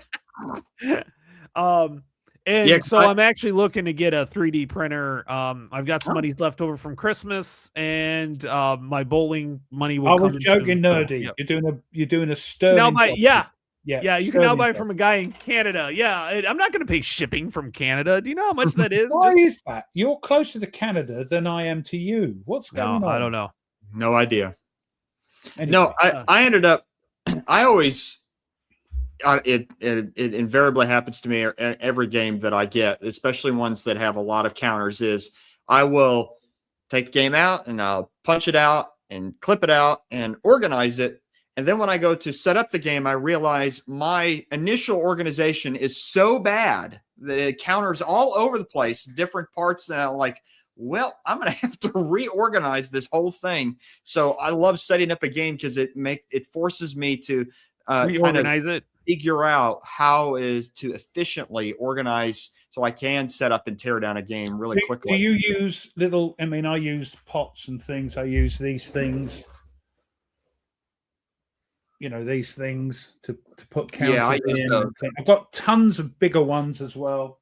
I've got bags to pull out random stuff. And I put a lot of the stuff that in the bag all the time that you have to pull out, put them into coin capsules and things like that. I'm OCD about that. I love it. And sleeves, of course. I'm number one sleever. I need to ask you. Point and give me some recommendations for the best sleeves to get. Because some games I'd like to sleeve, but I see there's a bunch of options for sleeves, but I don't know which one is. I get the Mayday sleeves, standard size, 63 by, was it 63? I can't remember the bloody size, but the poker-sized ones, they're cheap enough and they do the job. They're a bit glossy. The other ones is Upper Deck, which they're a card manufacturer. They do all the baseball cards. So, like Upper Deck's a good brand too. I get that. They're a bit different. The only thing with Mayday is they're shiny. You can get the sort of matte ones. If you're going to be videoing, you have to be a bit careful moving and if you notice with Skies Above Britain, I had to go, we'll have to move that, just move it out the light sort of thing. But I sleeve. So I have a story. Who is it that put it up here? When Andrew and Mike, when you got abused games. So I bought Beyond Valor. Beyond Valor, the ASL core module. I bought that used. It came in 3 bags. There was a bag of information counters. All the Soviets were in one bag, and all the Germans were in one bag. Oof. And there are I have to look it up, but I think there's like 12 counter sheets for that game. Where did I get it? Where is it? Wow. Something like that. Yeah. It was the last game. Yeah.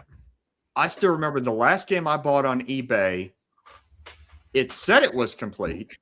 And then when I went to go set it up, I was missing 2 counters. Oh, I've had that. And they were very important counters. And I'm like, oh my gosh. Oh, it bothered me so much. The only time I bought a secondhand game from eBay, I bought I forget what it was now. But Jester had to print out. I was losing a counter, and Jester printed it out for me, and I made the counter. And I contacted the guy and said, "There's a counter missing." He went, "Well, it's not that important, is it? It's a counter. Use something else." I said, "No, this counter that's missing is very important." And he said, "Oh, all right, I'll not." He gave me a discount, but Oh, that's good. But it's always dodgy. The other game I bought secondhand was from a guy, Jez.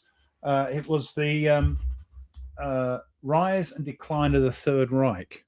And he obviously hasn't played it for a while, because when I got it, it was all sorted, but it was in envelopes.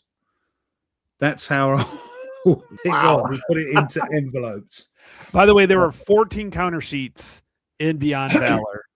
My And they were favorite put into 3 different bags. My favorite Battle of Britain game has got to be. There's 2, isn't there? There's Skies Above Britain, but of course, the Stuka Joe tweaked card thing has got to be that. Ah, Yeah, that's a good one. It's just you It's can been play as around, the it's been you can play as the done. Brits, you can play as the Germans, you can play 2-player if you want to. Yes, and you can also.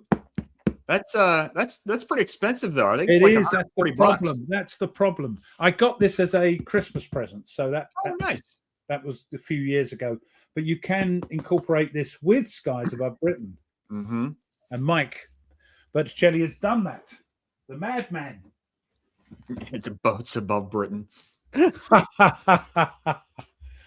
Heck, stop it. Hey, Stuka's still in here, and he appreciates. I tell you what. Yes, he does, no, like, you get them cards. print them out. There's been print an 'em out. update. I think there's an If update you're- for a couple of them. And if you're ever worried about making cards hard or make it hard, you get the sticker paper, go buy a cheap deck of 52 cards, and then just put the stickers on. It's that Or- easy.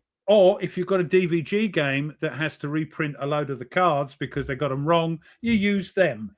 So I've got a ton of them. You just stick the thing on the front of the back and put it in the sleeve. You're sorted.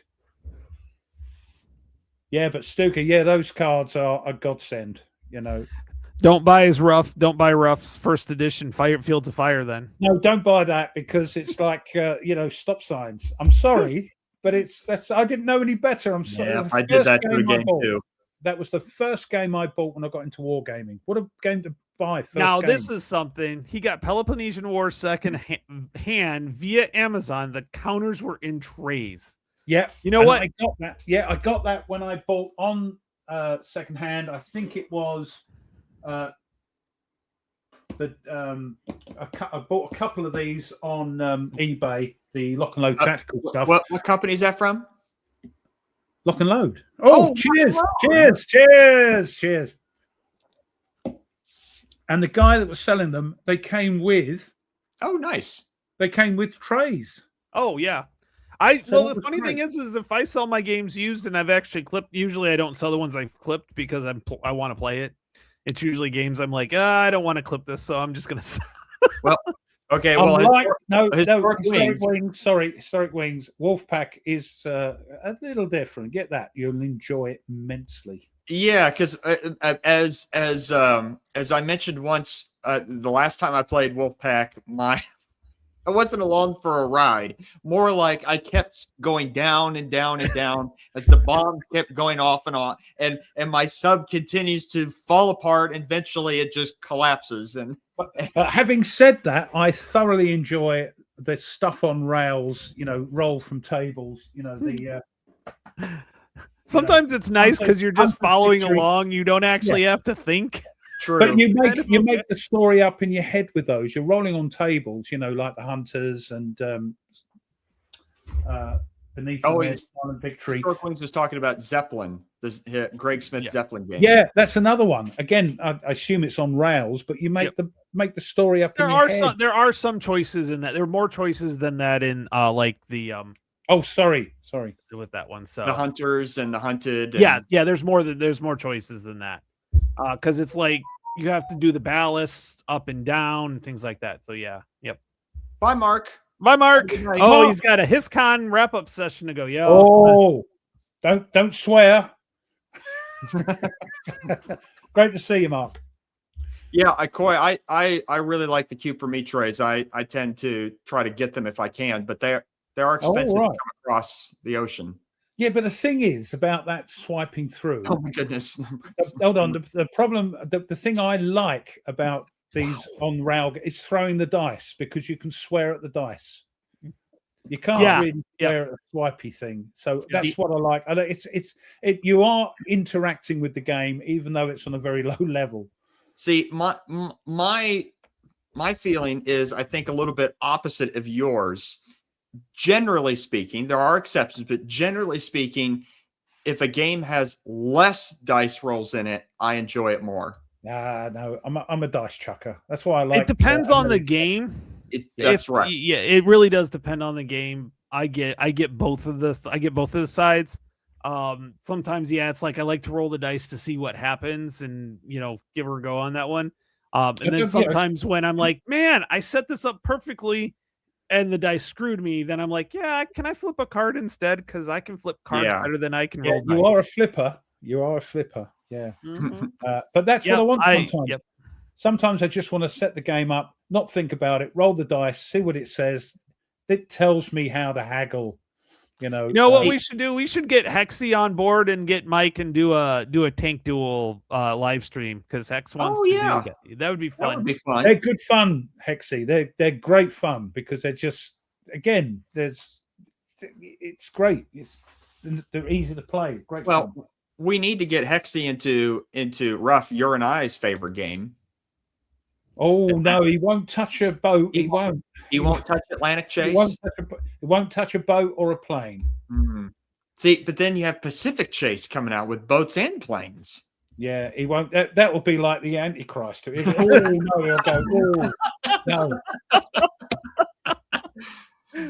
no. He's boots on the ground man, and tanks and artillery and things. That's fair enough. And American Civil War, whatever he's into. Oh, okay. I thought she bought it for herself. Oh, I was like, I thought she would have bought it. Okay, whoo. That would have been really nice. Every once in a while, I see these posts where like the wife is actually playing like not a simple what we would consider like a simple or kind of like a fun, like lighter war game. It's actually like a heavier war game, and I'm like, wow. I get you, Hexy. And one day we're going to have a pint together. I'm going to come over there, come across the pond, and hey, Mike's on board. Here we go. Havoc. Yeah, he's been on been on for a while, but havoc will ensue, Hexy. Yeah, we'll stop right when Hex's tank is burning and not play for like 3 months. we'll do a nerd on it. It was nerdy, wasn't it? Nerdy. Yeah, we'll nerdy on him. Yep. I had a yellow tank. Everybody was shooting at me. Yeah, everybody was shooting at you, but at least yours didn't burn for months and months and months. And honestly, I'm pretty sure he's like, then I'm in. Yeah, and it's honestly once you don't actually need the rules. I mean, with Mike there, you don't need the rules. He'll help you out, and it's really quick and easy to learn. You see, being a solo game, the best game I've had of tank duels at PunchCon with Tweez and a couple of other guys, and we just had a riot of a time. And great. That should be fun. I mean, I'll be right with Hexy. I've not played tank duel, so I'll be learning. Oh, cool. That'll work. I'll send out emails to all y'all's, and we'll figure out something. It's got to be played with more people, Yep. Mm-hmm. If we can get Mike, if we can get one more, do a 3-on-3. We'll see what we can do. Okay, I'll work on that. Probably end of February, but we'll work on it and see if we can get some set up. Cool. That'll be fun. Yeah, because Mike said that the reprint for Tank Duel is on its way soon too. So yeah, that'd be cool to give people an idea of the game. Oh, there we go. We got our 6th. Oh, nice, awesome. He wants to get his revenge for us. Us leaving him up there. Do better this time. Yeah, I'll send emails out to everybody, and then we'll see if we can get a day fixed for that. Was fun. Yeah, Nerd was fun to play with Wolfpack. Oh yeah. Yeah, Nerd's a great guy. Nerd's fun to play with. Yep, we can do that. There we go, sorted. This is how you do it, peeps. You want to play games, just put a thing out and people go, yeah, I'll play with you. We should encourage that a bit more, I think, is to get people playing games with other people. We'll have to do it like on a Sunday or something where we can spend enough time to actually play a little while. Like where we can get about 3 good hours in. Because I think Sundays seem to be the best for most people. I know I'm usually available after a certain time. Nate, you're usually available after like what? It doesn't matter for me if it's in the evening because it's Sunday. And usually after church and after lunch, I'm good to go. Oh no, Mike, would you stop? Stop it! He'll put everything mode, sudden death. We could try, and before golf season. Before golf season. Yep. Bloody cheek, and. Easy. I've been blued. Too many times. Yeah. Many times. Yeah, that's the problem, is waiting for Blue Tweezers' railroad rules for Knock God. Paris. Is he's going to tell you wrong.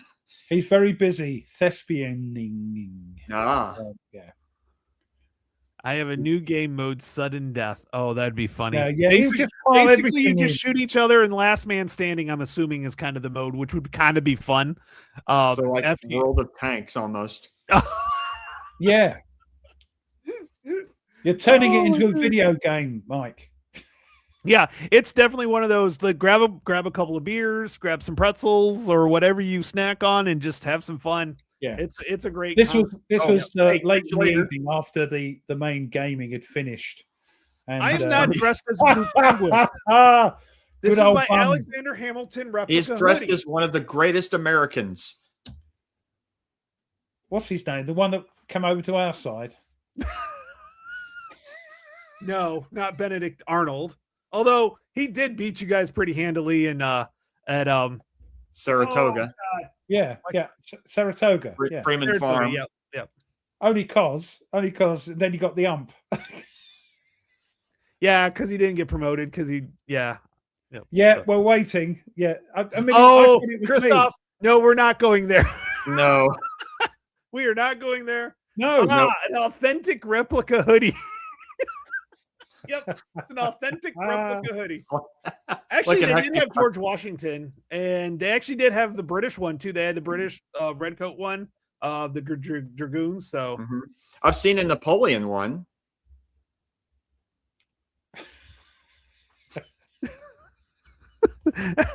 what that's what we're gonna say. We've got your penguin coat on. And I'm the opposite. I have Alexander the Great. oh, yep. Yeah. And I'm wearing a jumper. I have a hooded. Would this be considered a hooded jumper? By the way, is that No, what- that's a sort of hoodie. it's a hoodie? Okay, at least that's the same word. So that it is a word used over there. So, I forgot what I was going to ask. I don't. But look, here's a question. Away from the table. Yeah, Yeah, it's usually yeah. on a separate table. Separate table is the thing because I'm as clumsy as fairly. Clumsy. Anytime I'm at a convention and somebody gets too close to my game with a drink, I get a little. Yeah, even I at try the to hold it convention. because the people I game around are very, very good and don't usually generally have any issues.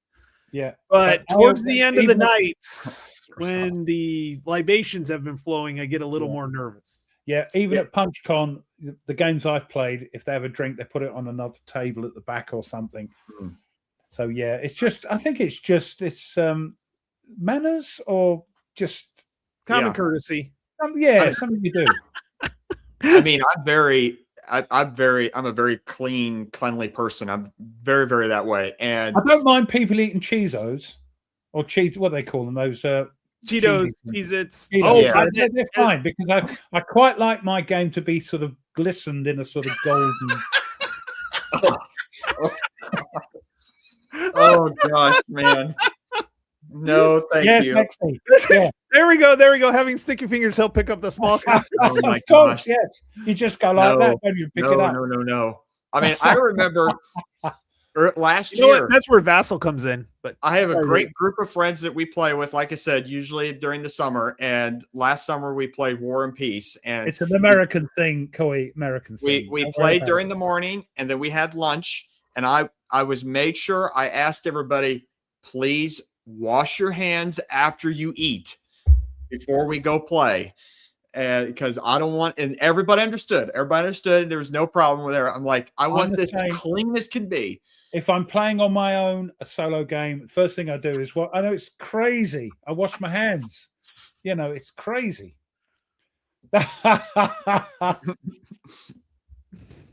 spill a But drink yeah. on a Vassal game, totally. Yeah. Yeah, but generally, So was this the War and Peace? Was this the new version or the old version? this was the old version, the 6th edition that we were playing. Okay, so it Before- wasn't. It was okay. So it wasn't the because I used to have the old Avalon Hill. So yeah, it wasn't this one was the one small step version. okay, but not And got it. yeah, this was right before the 7th edition got published, and the 6th edition was going for crazy prices online. And I thought, I do not want this edition to get ruined just in case, you know. Sorry. Oh. Yeah, a meal in a game. Oh. Oh, Bumsy, come on. Yeah, honestly, the Plexi does help with that a little bit too. Plexi every time. Yeah. I know some people I see, especially on Kev, he'll draw on his Plexi. Yeah, I do that. When I'm calculating like odds and stuff, it helps. I did it on the oh man, I can't wait to meet Hexy sometime. Like, yeah. I was just going to say I did that on Battles of the American Revolution. I put all the sort of CRTs and things like that. It just right, and people liked it. It was like, oh, that's a good idea. But I nicked it helps, especially if you're videoing it. It helps everybody see what you're actually talking about. I did it when I did the Mighty Endeavor. When I was calculating that the odds and stuff, because you have so many shifts and so many. Anyways. So how I was not able to watch, but I saw that you all had played recently. You went live. Are you still playing the Crisis of the Second? Yeah, yes. Yeah. Yep. You still enjoying it? Yeah, I'm really enjoying it. It's a long game, but it's good fun. It's a long game. It's going this way and that way, isn't it? It's going. Oh, I thought I'm. Oh no, it's. I thought Ruff had me close to the ropes, and now he's had to back off, so it's giving me a chance to bloody vassal dice. That's all I can say. Well, that's he can't roll a 6 to save his life. But it's a good game. It's easy. It's That's what happened in real life. There were times where Frederick looked like it was over, and he was going to end it all himself, and then it swung the other way. Oh. Okay, so here we go. That's a good idea. This is some good ideas. If you don't want to write on your plexiglass, we have pad and paper and pencils handy. I always do that. I did do that once on the map. Only once. Post-its is really good, and then Hexy has 6 small. Yeah, that's a great idea because you can buy these little whiteboards. Yeah. Mm-hmm. Right. Those are nice. Yeah. Yeah. Yep. So the funny thing is, I have all these whiteboards because my kids get them from the school at the end of the year. They don't like reuse them. They just give them to the kids. So I have a ton of them, and I'm like, that's a little bit more smarter than writing on my Plexi. Or if from time to time I actually don't use Plexi because if I'm recording it, I use it and then you have to adjust the lights and little whiteboard. You get there. Yeah, they're good. They're good. Oh, someone's asking for you guys to play Men of Iron. Oh yeah, I can easily. Do you know what our list is like? Really long. Like because I want to play stuff. You want to play stuff, and there's stuff we want to do together. There's Herman's Revolution inspired American Civil War game, Kernstown or something like that. I do like it when it's more. Yeah, see that one. We'll have to get. We said this the other week. Yeah. We have to get a GBOH thing. We do. It's been a while since we've done GBOH. Yeah. Yep. But Men of Iron. I have it. I have one GBOH, but I haven't learned it yet.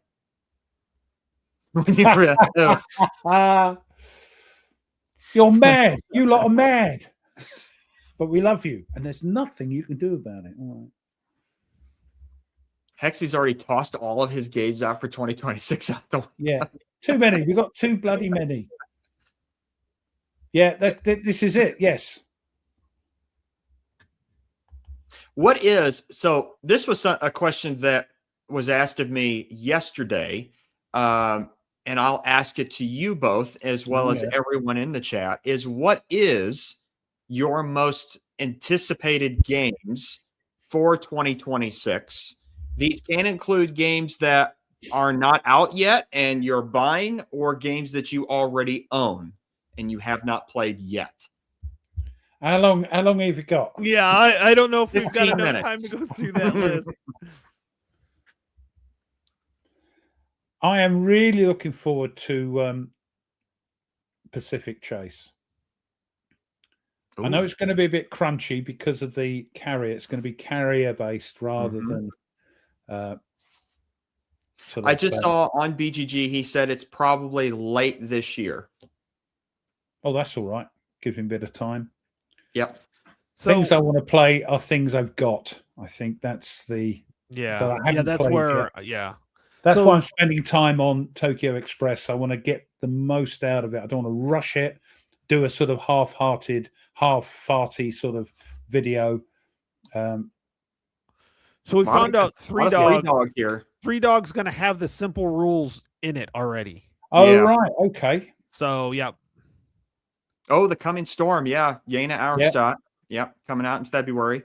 Yeah. Mine is Thunderbolt, obviously, First Man in Rome from Thin Red Line Games. And then I'm waiting for the expansion to come out for Europa Universalis and the updated bunch of components because I want to play Europa Universalis as well. So those are my three. Which is that the Power Prince of Peace or Yeah, the Price of Power. Yeah, yep. Price of Power? Okay.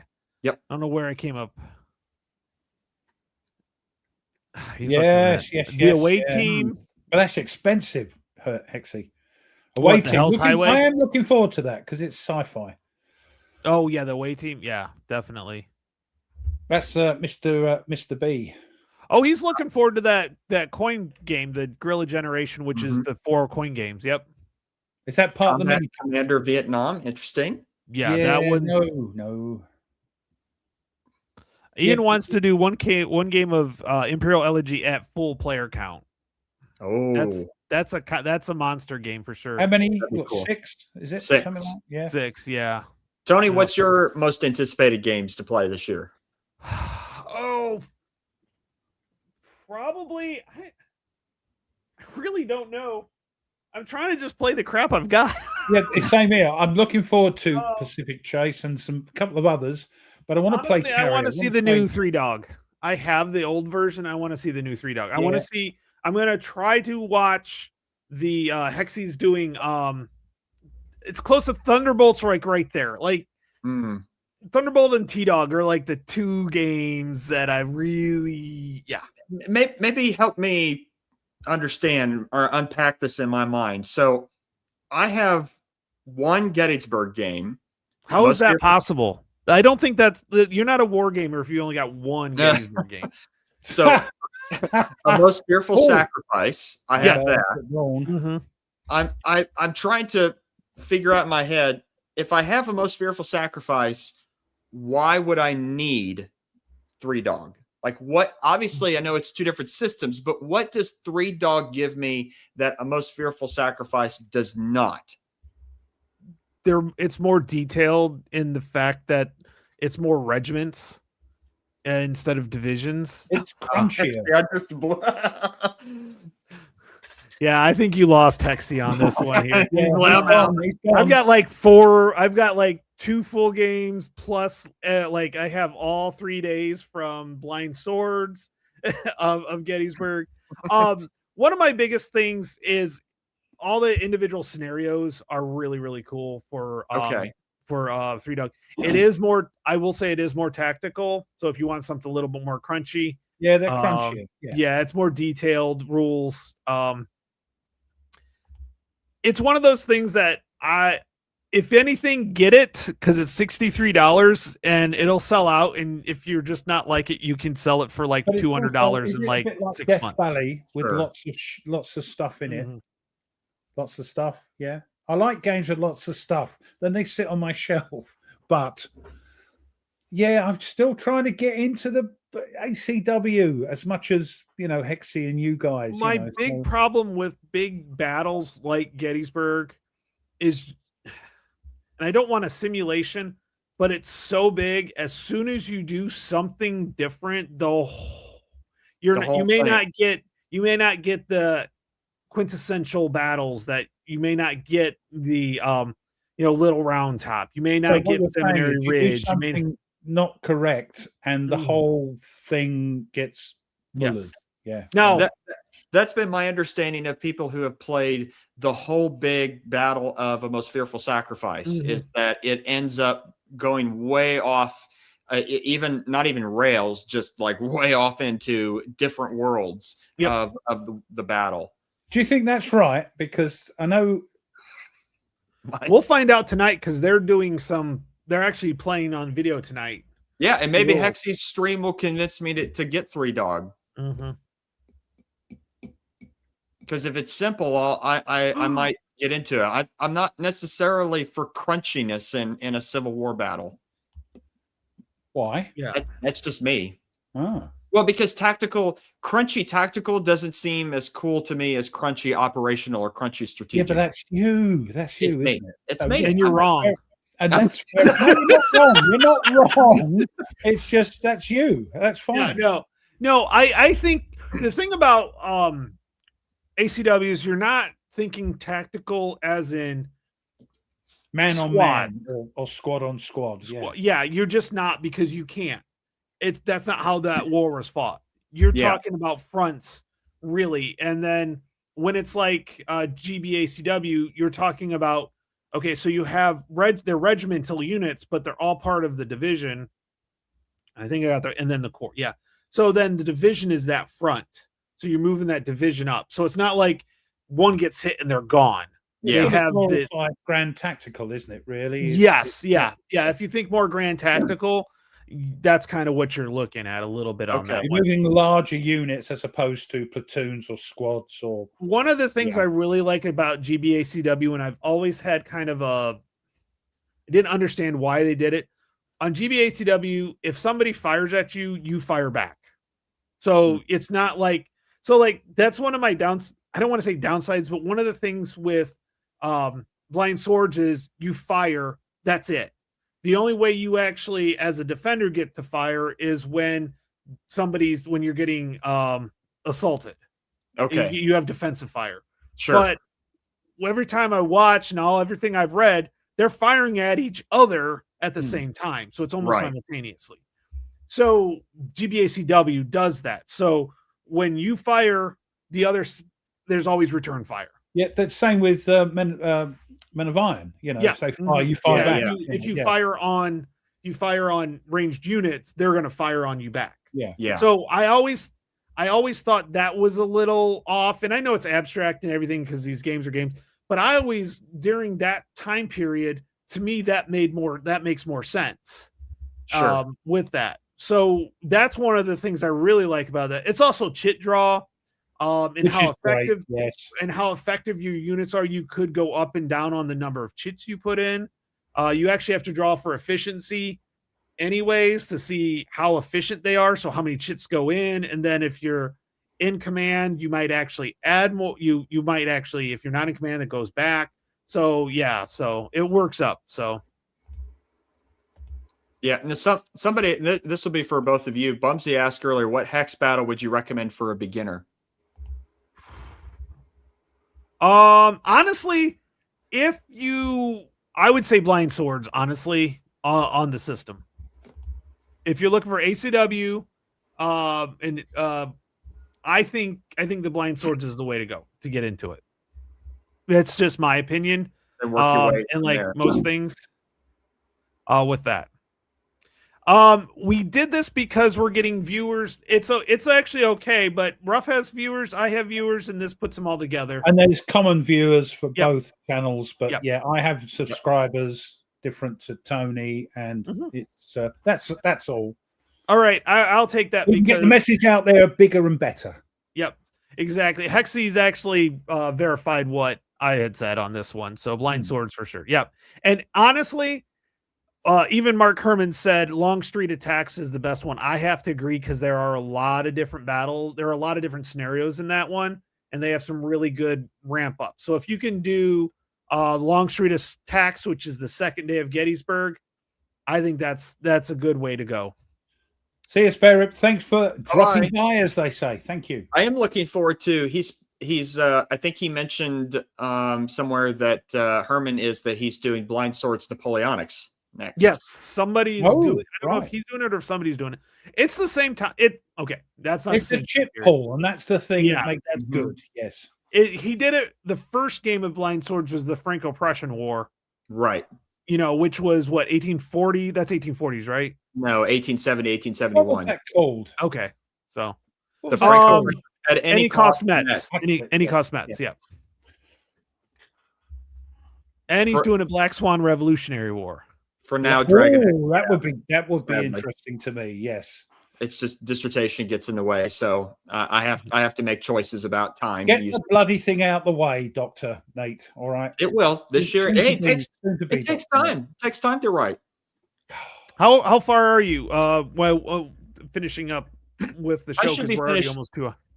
I should be finished if everything goes right, and knock on wood. I should be finished by the end of summer.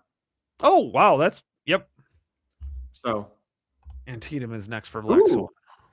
Yeah, That's my favorite battle. that system's only good for big battles. You can't do really small battles with that one. Can I just say for that peeps, is my before we- favorite before we battlefield. lose everybody, if you haven't clicked the like button wherever you are, click the like. Yeah, smash that like button for us, please, because we are poor YouTubers. Thank you. And YouTube is not making. Yeah, We don't. we're make not money making out of much this. on We this. don't make money out of this nonsense. We do it because No. we love it. The ads add a little bit every 2 or 3 months that we can go. Oh, I can buy some sleeves. So don't begrudge us that. Or hey, I can actually pay for a game this time, Yeah. not charge it. So, what chapter are you up to now, Nate? I'm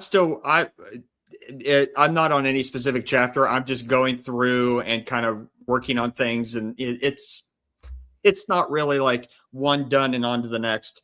So it's just it's all everything. So I actually have, after I'm done here, I have to go to the mailbox because I bought 3 books that I need for it. I was going to say, are you pretty much done with the research part of it? Are you just kind of padding it now? Just the tippy tappy stuff now, is it? Both are still happening because there's new stuff I keep discovering, which is kind of cool.